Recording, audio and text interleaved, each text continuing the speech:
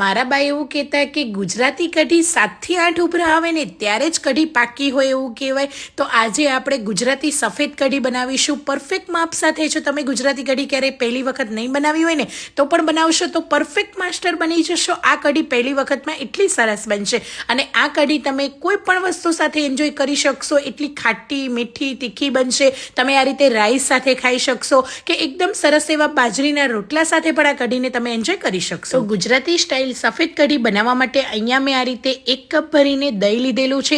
દહીં અહીંયા એકદમ ખાટું કે એકદમ મોળું નથી લેવાનું, મીડિયમ દહીં લઈશું. હવે 3 નાની ચમચી ઘરની રેગ્યુલર ચમચીની મદદથી આ રીતે બેસન એડ કરીશું. ઘરનો દળેલો તમે ચણાનો લોટ પણ આ કઢીમાં વાપરી શકો છો. હવે દહીંને અને બેસનને બંને વસ્તુને પહેલાં તો આ રીતે મિક્સ કરી લઈશું. જો તમે દહીં ના લેતા હોય તો તમારે 2 કપ જેટલી છાશ લઈ લેવાની, એની અંદર તમારે બેસનને એડ કરી દેવાનું. પણ દહીં લેશો ને તો આ રીતે ક્રીમી ટેક્સચર થશે અને ટેસ્ટ કઢીનો એકદમ સરસ આવશે. એક પણ ગાંઠા કે કણી ના રહે ને એ રીતે મેશરની મદદથી મેશ કરી લઈશું. અને તમે જોઈ શકો છો એકદમ ફ્લફી બેટર તૈયાર થઈ ગયું છે. હવે એની અંદર આપણે પાણી એડ કરતા જઈશું અને મિક્સ કરતા જઈશું. તો પહેલાં મેં આ રીતે 1 કપ પાણી એડ કર્યું છે અને એ પછી મિક્સ કર્યું છે. કઢીને પહેલાં બેટર આપણે પતલું જ રાખીશું, કેમ કે કઢી જેમ જેમ ઉકળશે ને એમ આ કઢી ઘટ થઈ જશે. તો આ રીતે અહીંયા મેં 3 મોટા કપ જેટલું પાણી એડ કરી દીધું છે. બેટરને મિક્સ કરી દીધું છે. હવે એની અંદર આપણે સ્વાદ પ્રમાણે મીઠું એડ કરીશું. થોડા એવા ગોળના ક્યુબ એડ કરી લઈશું. તમે દેશી ગોળ કે તમે રેગ્યુલર આ ગોળ વાપરી શકો છો. તમે આની અંદર ખાંડ કે પછી સાકરનો પાવડર પણ એડ કરી શકો છો. કેમ કે ગુજરાતી કઢી હોય છે ને થોડી ગળી હોય છે, ખાટી હોય છે અને તીખી પણ હોય છે. એટલે આની અંદર ગોળ થોડો વધારે પ્રમાણમાં એડ કરવો. તમને ઓછો પસંદ હોય તો તમે ઓછો એડ કરી શકો. બસ ગોળ એડ કરીને મિક્સ કરીને સાઈડ પર રાખીશું. હવે એક વાસણની અંદર 1 ચમચી ઘી એડ કરીશું, 1 ચમચી તેલ એડ કરીશું. એકલા ઘીમાં કે એકલા તેલમાં પણ બનાવી શકો, પણ ઘી અને તેલ મિક્સ કરીને કઢીનો ટેસ્ટ સરસ આવશે. અડધી ચમચી આખું જીરું, 1 બાદી એડ કરીશું, 7 થી 8 આખા મરી એડ કરી લઈશું અને 4 આખા લવિંગ એડ કરી લઈશું અને 1 સૂકું મરચું એડ કરીશું વચ્ચેથી એને હાથની મદદથી તોડીને.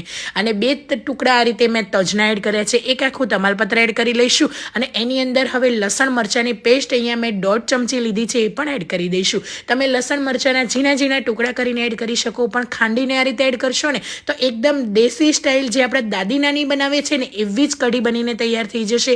ઘણાના ઘરમાં એવું હોય છે કે મમ્મીના હાથની કે દાદીના હાથની કઢી બહુ જ પસંદ હોય છે. તો મને જરૂરથી કમેન્ટ કરજો તમારા ઘરમાં કઢી કોણ સરસ બનાવે છે. હવે આપણે એની અંદર હિંગ એડ કરીશું. અડધી ચમચી મેથીનો પાવડર એડ કરીશું. ગુજરાતી કઢીની અંદર મેથીનો પાવડર જરૂરથી એડ કરજો, સ્કીપ નહીં કરતા. મેથીના દાણાને થોડા એવા શેકીને એનો પાવડર કરીને એડ કરવાનો, કેમ કે આનાથી ટેસ્ટ, ફ્લેવર અને એની સુગંધ બહુ જ સરસ આવશે. મીઠા લીમડાના પાન એડ કરીને બધી વસ્તુને સાતડી લઈશું. તો બધી વસ્તુ 1 થી 2 સેકન્ડની અંદર સરસ રીતે સતળાઈ ગઈ છે. મેં અહીંયા ગેસની ફ્લેમ હાઈ રાખી છે, એ પછી લો ગેસની ફ્લેમ કરીને બધી વસ્તુને સાતડી લીધી છે. તો તમે જોઈ શકો છો શરૂઆતમાં હાઈ ગેસની ફ્લેમ કરીશું, પછી લો કરીને 2 થી 3 સેકન્ડ સાતડીને જે બનાવેલું બેટર હતું ને એ આપણે એડ કરી દઈશું. અને એની અંદર મેં થોડું એવું ફરીથી 1.5 કપ જેટલું પાણી એડ કર્યું છે. બેટર મને વધારે ઘટ લાગ્યું છે એટલા માટે.